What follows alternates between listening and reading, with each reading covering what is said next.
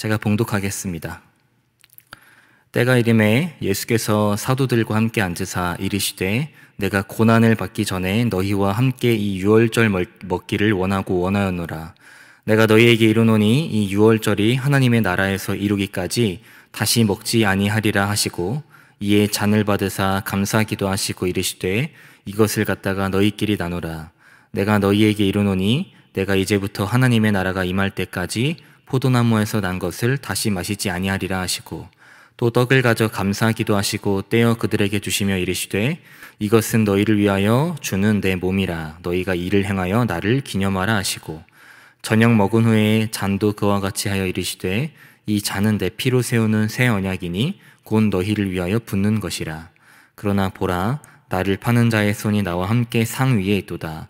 인자는 이미 작정된 대로 가거니와 그를 파는 그 사람에게는 화가 있으리로다 하시니 그들이 서로 묻되 우리 중에서 이 일을 행할 자가 누구일까 하더라. 아멘. 오늘도 새벽기도에 오신 우리 성도님들 그리고 7시에 영상으로 새벽기도회를 드리시는 성도님들을 환영하고 축복합니다.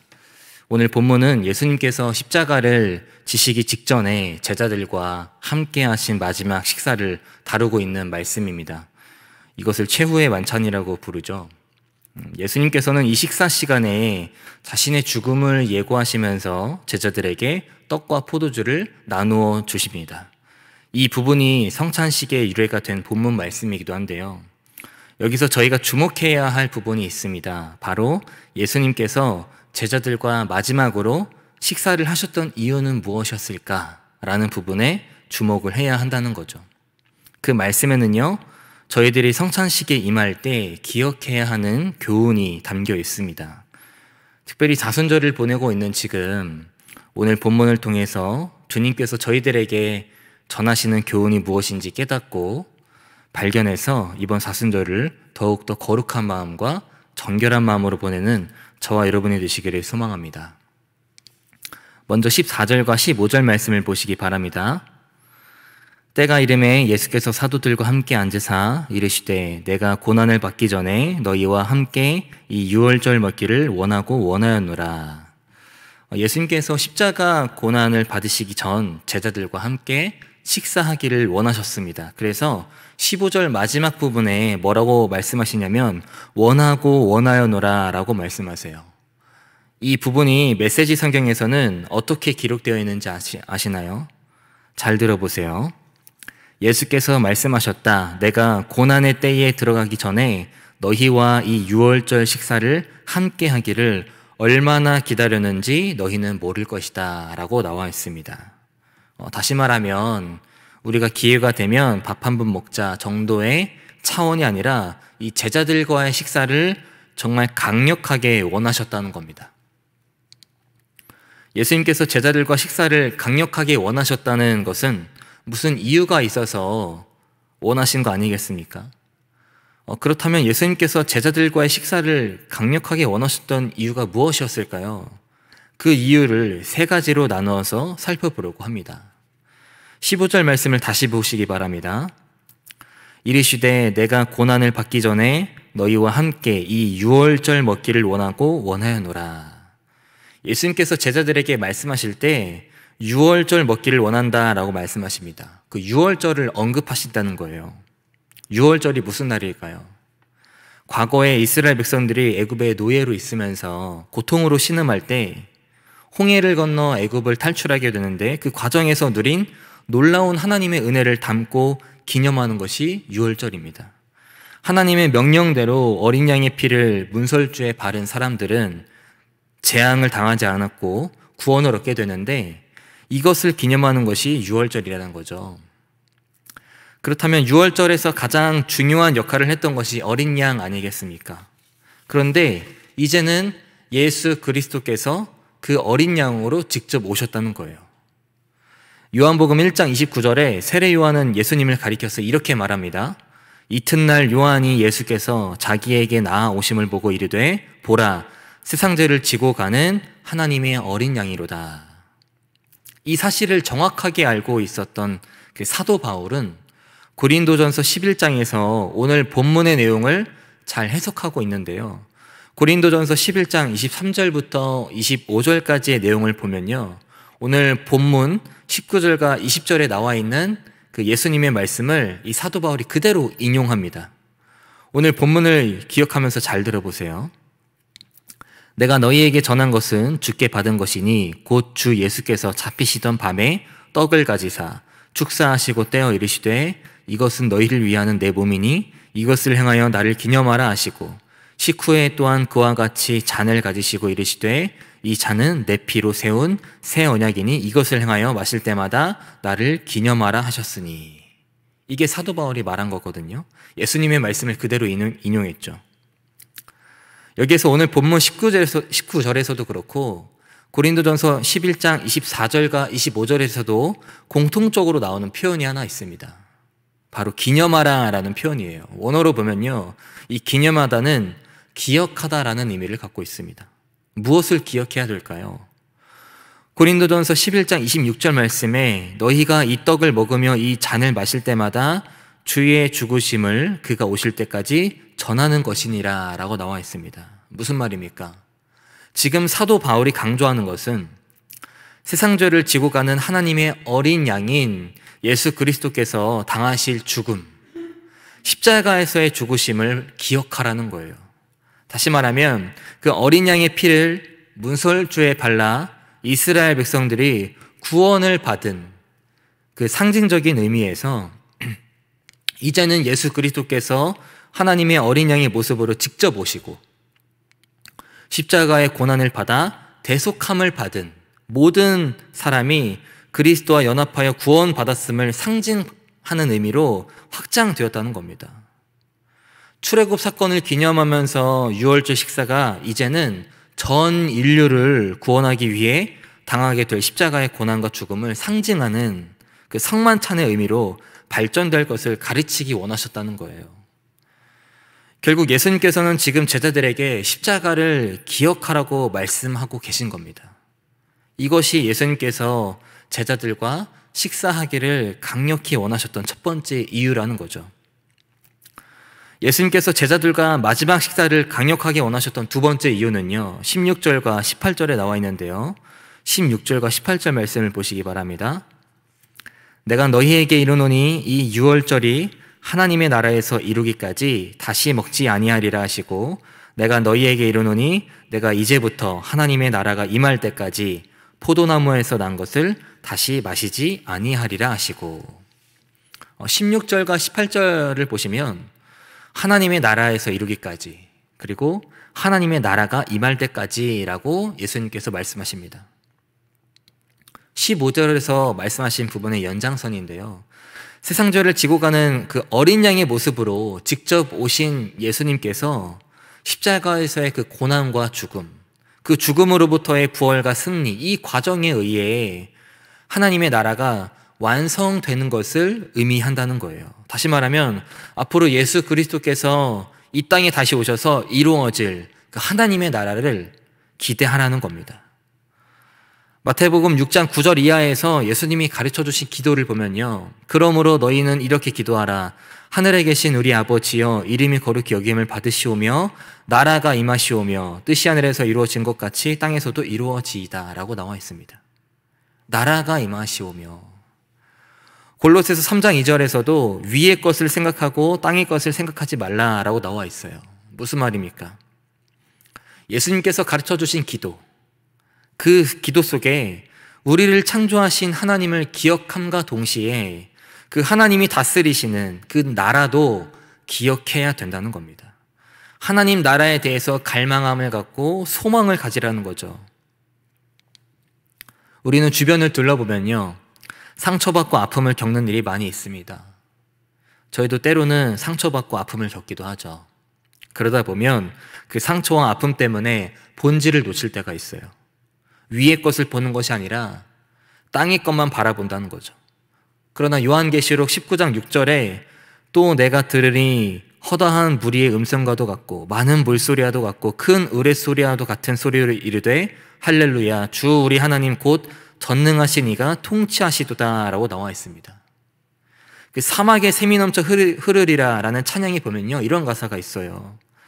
사막에 샘이 넘쳐 흐르리라. 사막에 꽃이 피어 향내 내리라. 주님이 다스리는 그 나라가 되면은 사막이 꽃동산 되리. 다시 말하면 저희들의 삶이 아무리 힘들고 암울할지라도, 상처받고 아픔을 겪을지라도 예수 그리스도의 부활과 승리로 인해 다가올 하나님의 나라, 전능하신 주님이 통치하실 하나님 나라, 주님이 다스리시면 사막이 꽃동산 되는 그런 기대감, 희망감, 소망을 가지라는 예수님의 가르침이 들어있다는 겁니다. 예수님께서 오늘 본문을 통해서 하나님의 나라를 사모하고 하나님의 나라에 대해 소망을 가지라고 지금 말씀하고 계신 거예요. 예수님께서 제자들과 마지막 식사를 강력하게 원하셨던 세 번째 이유는요, 19절에 나와 있습니다. 잘 들어보세요. 또 떡을 가져 감사 기도하시고 떼어 그들에게 주시며 이르시되 이것은 너희를 위하여 주는 내 몸이라. 너희가 이를 행하여 나를 기념하라 하시고. 예수님께서 마지막 부분에 뭐라고 말씀하시죠? 너희가 이를 행하여 나를 기념하라 라고 말씀하십니다. 아까도 말씀드렸듯이 기념하라의 표현은 기억하다 라는 의미를 담고 있습니다. 무슨 말입니까? 예수님은 제자들과의 마지막 식사를 통해 자신을 기억하길 원하셨다는 거예요. 여기서 중요한 것은 예수님께서 지금 스타가 되고 싶어서 기억해 달라고 말씀하신 게 아니라는 겁니다. 그렇다면 우리는 무엇을 기억해야 될까요? 찰스 스펄전 목사님의 책 중에서 성찬식 메시지라는 책이 있습니다. 그 책에서 한 부분을 소개해드리면, 예수님은 성찬식을 통해 교제, 즉 펠로우십을 원하셨다라고 나와 있어요. 우리가 어디에 있든지 무엇을 하든지, 그리고 언제나 나를 있는 모습 그대로 바라보시는 예수님께서 우리와 항상 교제하기 원하셨다는 겁니다. 다시 말하면 때로는 넘어지고 연약해지는 나지만 그런 나조차도 사랑하시고 교제하기 원하시는 그 예수 그리스도의 마음을 기억해야 된다는 겁니다. 나를 향한 예수님의 간절한 마음, 그 마음을 헤아리고 기억해야 한다는 거죠. 오늘 본문 20절 말씀에 이렇게 나와 있습니다. 저녁 먹은 후에 잔도 그와 같이 하여 이르시되 이 잔은 내 피로 세우는 새 언약이니 곧 너희를 위하여 붓는 것이라. 내 피로 세우는 새 언약이니 곧 너희를 위하여 붓는 것이라. 저희들과 언제나 어디서나 교제하고 싶어 하시는 예수님께서 기꺼이 나를 위해 희생하셨습니다. 제자들을 향한, 그리고 저희들을 향한 그 예수님의 간절한 마음을 저희는 기억해야 된다는 거예요. 아까 말씀드렸던 성찬식 메시지라는 책을 한 기자가 소개하는 기사를 썼는데요. 그 기사의 내용이 이렇습니다. 잘 들어보세요. 스펄전은 성찬식에 대해 그리스도의 죽음을 기억하는 시간으로 삼았는데, 그분의 고난을 말하고 그분의 대속을 이해시키려고 설교할 때면 감정에 북받쳐 말을 잇지 못하고 목소리가 떨리며 눈물을 흘릴 때가 많았다. 스펄전 목사님이 그리스도의 죽음에 대해 설교할 때마다 감정에 북받쳐 말을 잇지 못하고 목소리가 떨리고 눈물을 흘리면서 설교를 했다는 겁니다. 이 말씀을 준비하면서 저도 많은 것을 되돌아보게 되었어요. 특히 성찬식에 임하는 제 모습에 대해 다시 한 번 더 되돌아보게 되었습니다. 그동안 나는 주님께서 말씀하셨던 그 가르침을 중심으로 성찬식에 임한 걸까?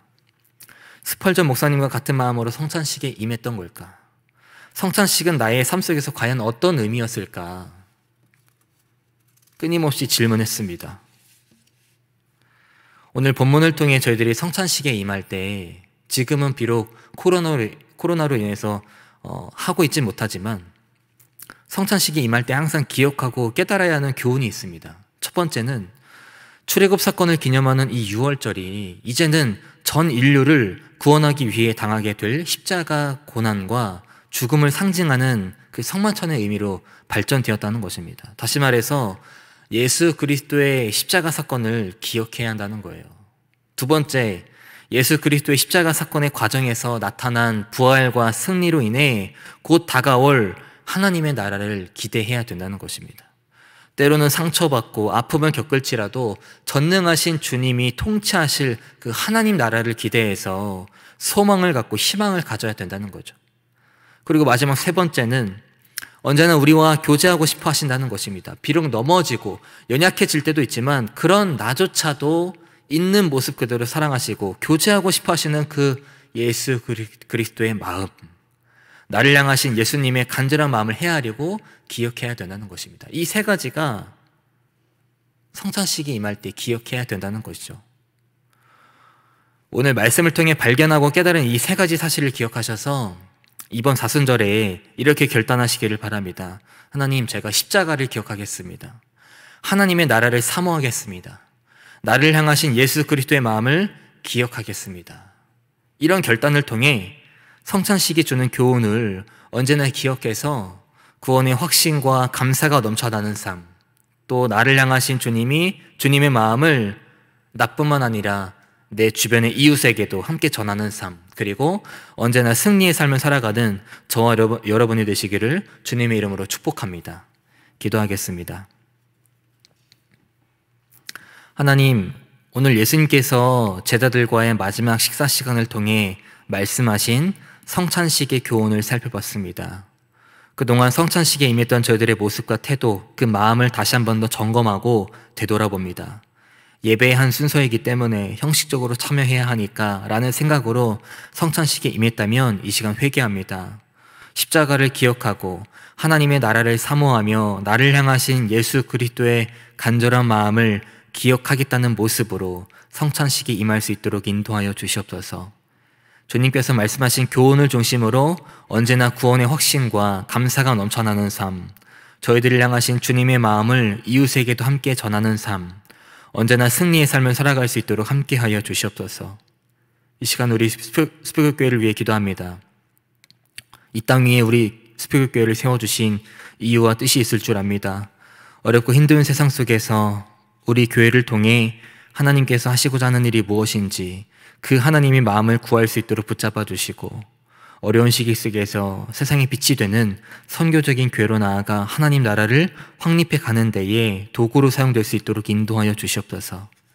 또한 예수님을 모르고 살아가는 이웃들을 위해, 하나님의 사랑 없이 살아가는 이웃들을 위해 우리 수교교회가 그들에게 희망을 전하고 하나님의 사랑을 전하는 데에 쓰임받을 수 있도록 함께하여 주시옵소서. 이를 위해 김진웅 담임 목사님께도 날마다 성령 충만하게 하셔서 전하시는 말씀마다 생명을 살리는 말씀, 잠자는 영이 깨어나는 말씀을 선포하며 항상 피곤치 않도록 붙잡아 주시옵소서. 자비로우신 하나님, 다음 세대를 위해 기도합니다. 영유아 유치부부터 청년부에 이르기까지 나의 신앙 지키기가 어려운 시대를 살아가고 있습니다. 그 속에서 언제나 하나님 아버지의 뜻을 구하며 하나님의 뜻이 무엇인지 깨닫는 다음 세대가 될 수 있도록 붙잡아 주시고 하나님을 인격적으로 만나서 다음 세대들의 신앙이 점점 견고해지고 건강하고 올바른 신앙관을 갖고 성장할 수 있도록 함께하여 주시옵소서. 그래서 어떠한 시련의 순간, 어떠한 유혹의 순간이 오더라도 참된 진리이신 예수님만을 목적에 두어 이겨낼 수 있도록 역사하여 주시옵소서. 특별히 우리 교회에 안나선교회, 모세선교회 등 귀한 신앙에 선배되는 성도님들이 있습니다. 몸과 마음이 약해진 이때지만 속사람은 날로 강건해질 줄 믿습니다. 언제나 하나님의 사랑과 화평을 누리며 살아가는 귀한 성도님들, 하나님의 나라를 확립해 가는 데에 앞장서는 성도님들이 될 수 있도록 함께하여 주시옵소서. 또한 참으로 어렵고 힘든 시기에 저희들도 신앙의 선배님들의 모습을 본받아 하나님께 쓰임받는 일꾼으로 나아갈 수 있도록 인도하여 주시옵소서. 이 시간 귀한 예물 드렸습니다. 이 예물들이 하나님 보시기에 귀하고 아름다운 곳에 쓰일 수 있도록 인도해 주시고 오늘 하루 동안에도 십자가의 보혈을 기억하고 하나님의 나라를 사모하며 저희들을 향한 주님의 마음을 기억하는 감사의 하루를 보낼 수 있도록 인도하여 주시옵소서. 감사드리며 우리의 소망 되시고 구원자 되신 예수 그리스도 이름으로 기도드립니다. 아멘.